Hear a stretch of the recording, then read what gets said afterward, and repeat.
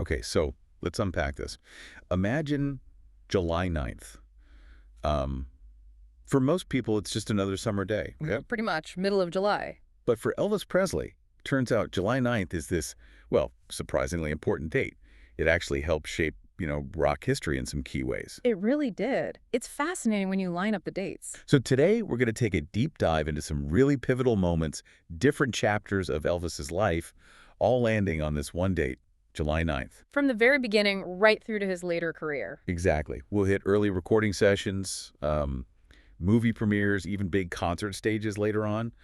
And pulling these moments together from our sources, it kind of gives you a shortcut, a way to see the different sides of the King's legacy. It's like a cross-section of his whole career, just through the lens of one single day. Yeah.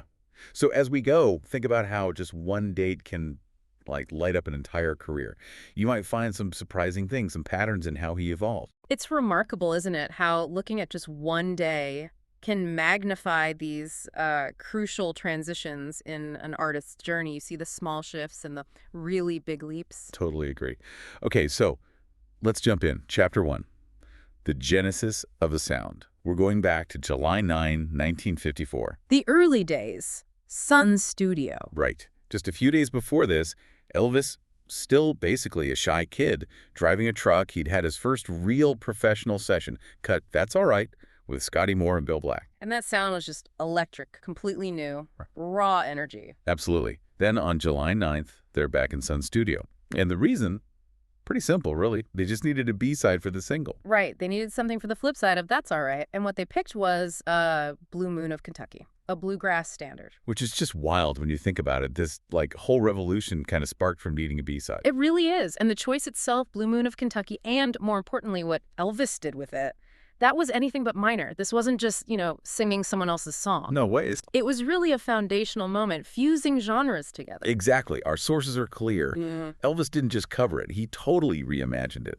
Bill Monroe's version was this, slow waltz, right? Traditional bluegrass tempo. Elvis cranks it up, makes it bouncy, upbeat. And you can really hear Scotty Moore's guitar work just shining. Bill Black's bass is thumping along. That slap bass sound, yeah. And Elvis's voice, so young, just turning this country tune into, well, what they call a rockabilly anthem. It defined the sound, didn't it? That specific recording, July 9th, it sort of sealed the deal on what this new Elvis's thing was going to be. It really did. It cemented it. And that moment, it just shows the raw experimental vibe that was happening. That energy launched a whole musical revolution. It's just amazing how something seemingly small, like picking and arranging a B-side, could be so crucial to who he became as an artist. Makes you think, right? How often do those maybe overlooked decisions, the B-sides in an artist's early career, end up having such a huge lasting impact? It's a great question. You never know what's going to connect. Okay, so let's jump forward now, just 3 years. Yeah. Chapter 2, the Hollywood transition. Big shift. Huge shift. Elvis is definitely not that shy kid anymore. Yeah. By July 9th, 1957, he's a massive star. A movie star, even. Right. And he's coming back home. He is. He's back in Memphis for the premiere of his second movie, Loving You, held at the Strand Theater. And the scene must have been incredible. The sources describe fans just lining the streets, the local papers covering his every move. It was a really big deal. No, absolutely. This wasn't just like another movie opening. It was Memphis celebrating. Their hometown boy making it big. It really marked that transformation, didn't it? From just being a music sensation, which was already huge, to becoming this multi-talented entertainment icon. His appeal was clearly way broader than just music by then. And Loving You, it wasn't just any film. It gave us one of his really iconic songs, Teddy Bear. Let me meet you, Teddy Bear, yeah. Huge hit from the movie. So for the fans there in Memphis, this was probably their first chance to really see him, Elvis, up on the big screen in a major starring role. Must have been amazing for them. And if you kind of zoom out a bit, this hometown premiere, it really highlights that special bond Elvis had with Memphis. Always. And you see how the movie side of his career was starting to weave together with his music legacy.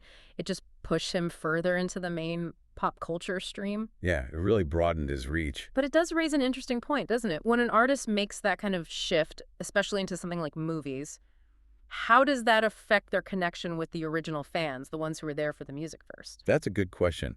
The pressures and the opportunities must be immense when you hit that level of fame. Balancing act, maybe. Definitely a balancing act, keeping that authenticity while embracing new platforms. Okay, so let's jump way ahead now. Another 18 years takes us to Chapter 3, The Enduring Performer, July 9, 1975. Wow, yeah, big jump. Over 2 decades after that first Sun session. And Elvis.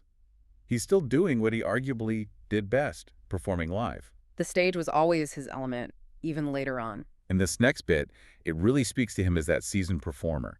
On this specific date, July 9th, 1975, he's on stage at the Charlotte Coliseum in North Carolina. Right, part of his summer tour that year. And what's really striking here, looking back, is just the sheer staying power, his longevity as a live act. Totally. I mean, think about it.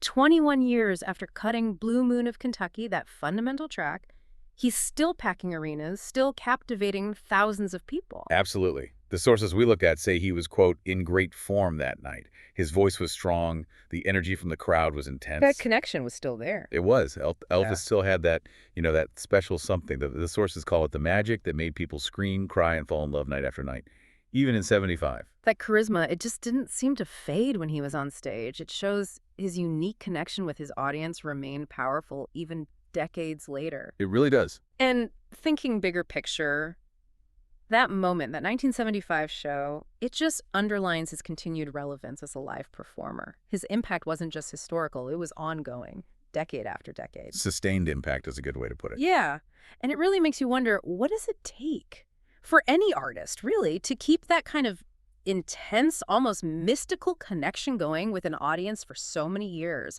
through all the changes in music, culture, their own lives?